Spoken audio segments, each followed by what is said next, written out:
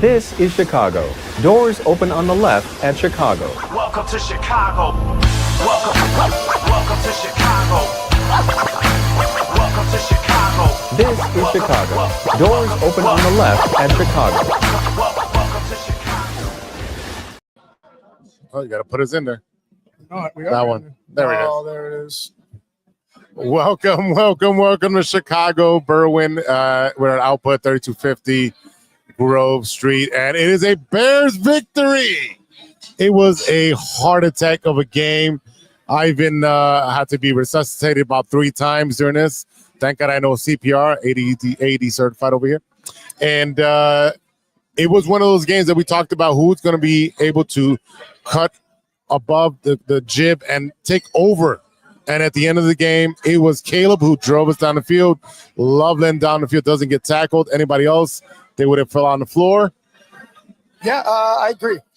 Caleb Williams, a dime. I mean, if you wanted to win the game because of Caleb Williams, you just fucking did right now. There it is.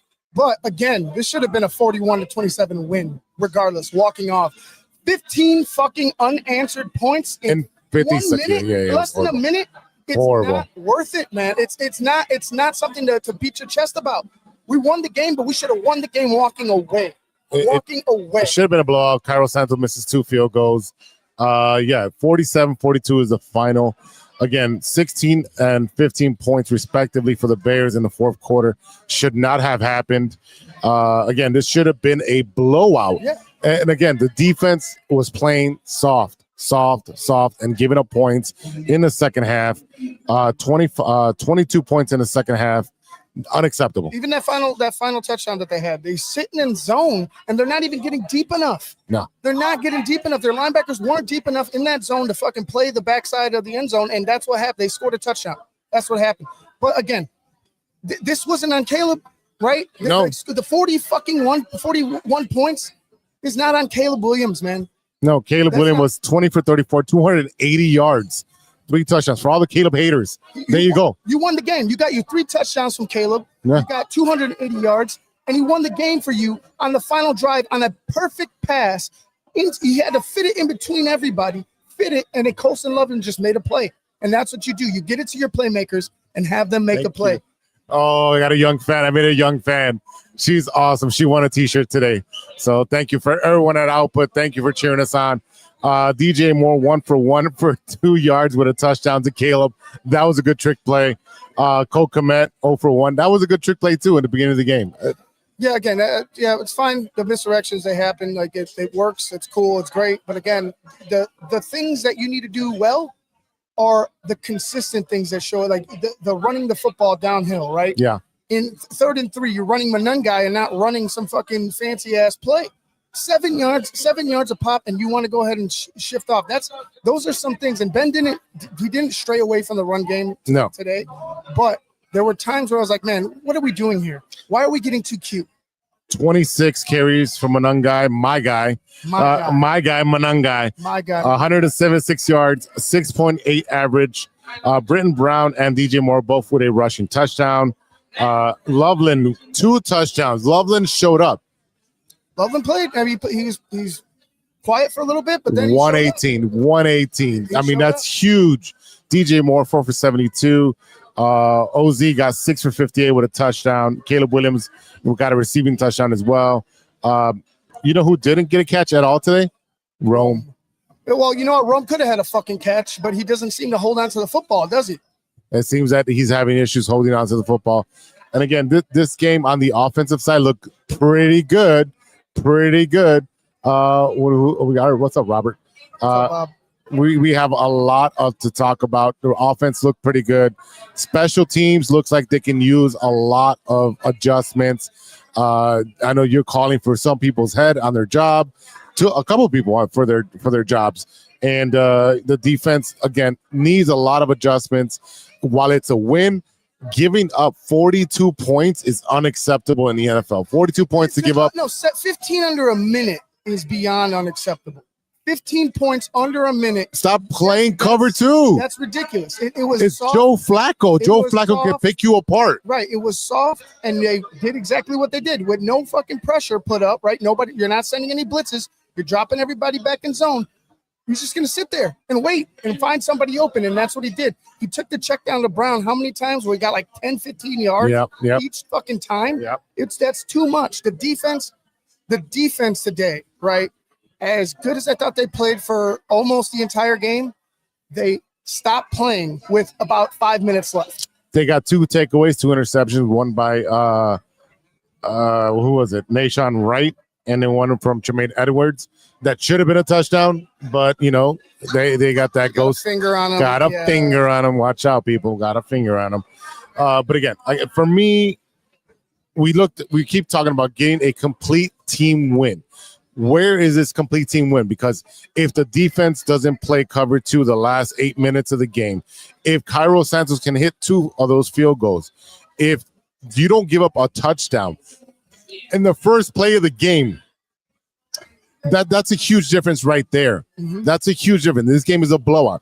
Yeah. A lot of these games should be blowouts by the Bears, but they allow this other team to hang around and make a game out of it, and that seems to be a problem. And we've seen what happened last week in Baltimore. We let them hang around, and it bit us in the ass. Yeah, and that's what I was telling you the same thing. This reminds me of Baltimore. The entire game, I was like, bro, it's just when you have a team like this and you have them down, you have to put the boot to the neck. And I don't mean that in any type of light way. I mean, put them fucking out.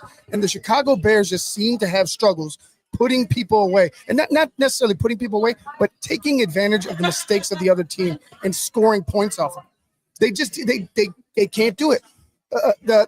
A field goal, right? Wait, how many field goals we have today? I think at least 2 of them should have been touchdowns. Right? You should have had touchdowns instead of field goals again. And yeah, we got the win, but it was almost a total team collapse. Yeah, 2 for 3. He was 2 for 3 with his longest at 36 yards. His longest was 36 yards. And on the one before halftime, I literally said, he looks like he's nonchalant walking up to the line.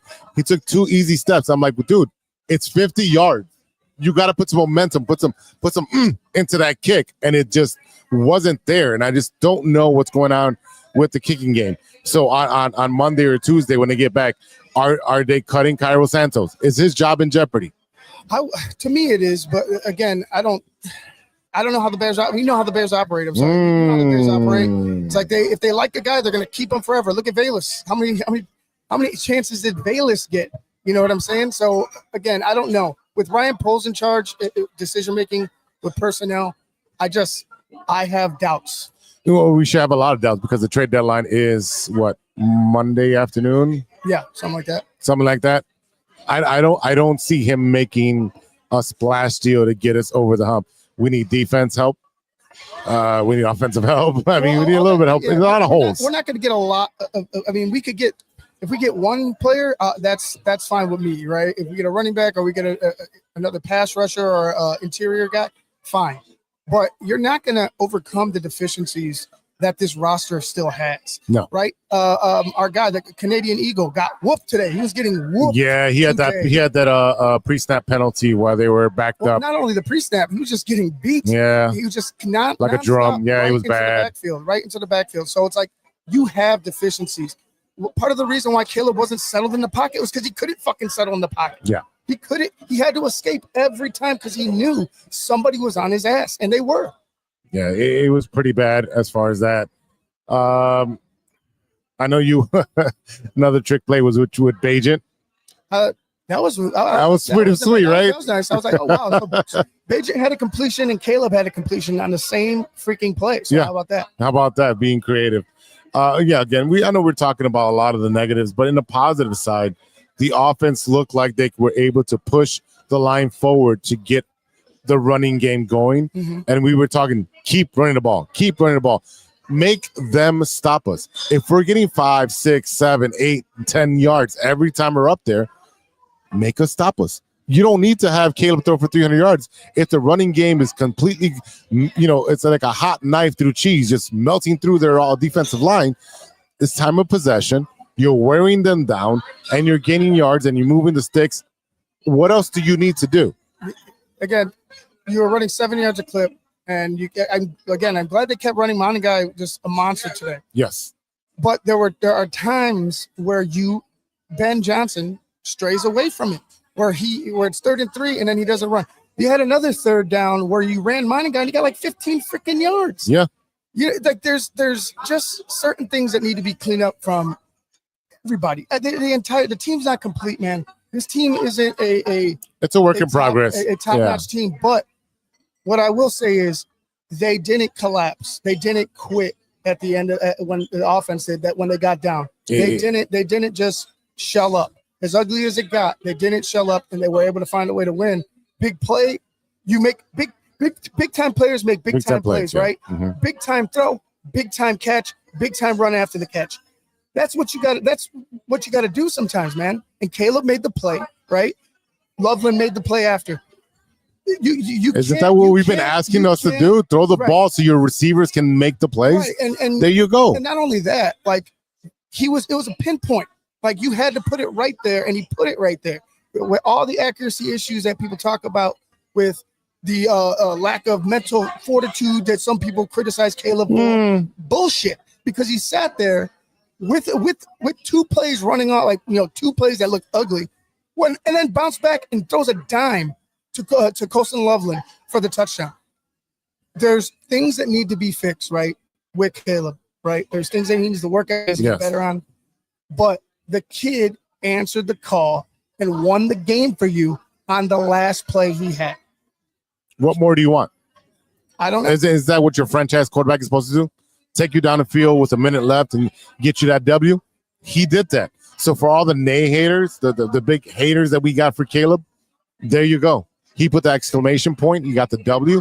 And guess what? We move on next week. And it looks like we're playing New York, if I remember correctly. Yep, we're playing the Giants at home. 12 p.m. start time, but they just lost. And they're a formidable team, but they just lost Scattaboo. No. I don't care what it's at this point. It's a show me type of fucking approach for me now. From now on, you allowed 42 points to the Bengals. When you had them down again. I can't wrap my head around. They lost last week, 41-42 or something like that, right? Again, we're talking about teams in the NFL here, man. And anybody can beat you. We talked about the Saints are bad. The Baltimore Ravens are bad. I don't give a shit, man. You need to answer the call every single week as the Chicago Bears, and it's all phases: offense, defense, coaching, everything. You need to just show up and play the game, because if you go ahead and look at these teams like, it's the Giants. You're gonna get fucking got, and you almost got this again today. Yeah. You got to clean the shit up. It's got to be cleaned up.